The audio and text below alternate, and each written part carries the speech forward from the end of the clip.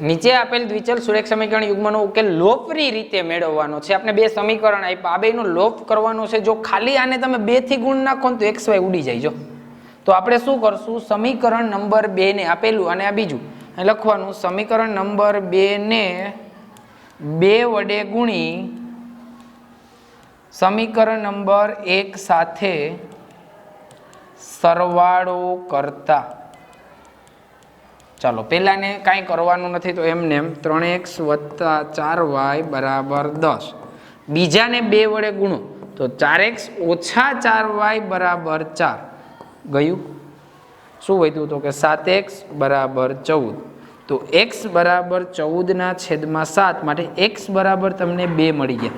આ x બરાબર 2 પેલા કે બીજા કોઈ એકમાં મૂકી દો, લખવાનું x બરાબર 2 સમીકરણ નંબર 1 માં મૂકતા. ચાલો સમીકરણ નંબર 1 માં x ની જગ્યાએ 2 મૂકો. 3x + 4y = 10. x ની જગ્યાએ 2 + 4y બરાબર 10. 3 2 6 + 4y બરાબર 10. અહીંયા 4y બરાબર 10 - 6 તો 4y બરાબર 4. તો y બરાબર 4/4 માટે y બરાબર 1.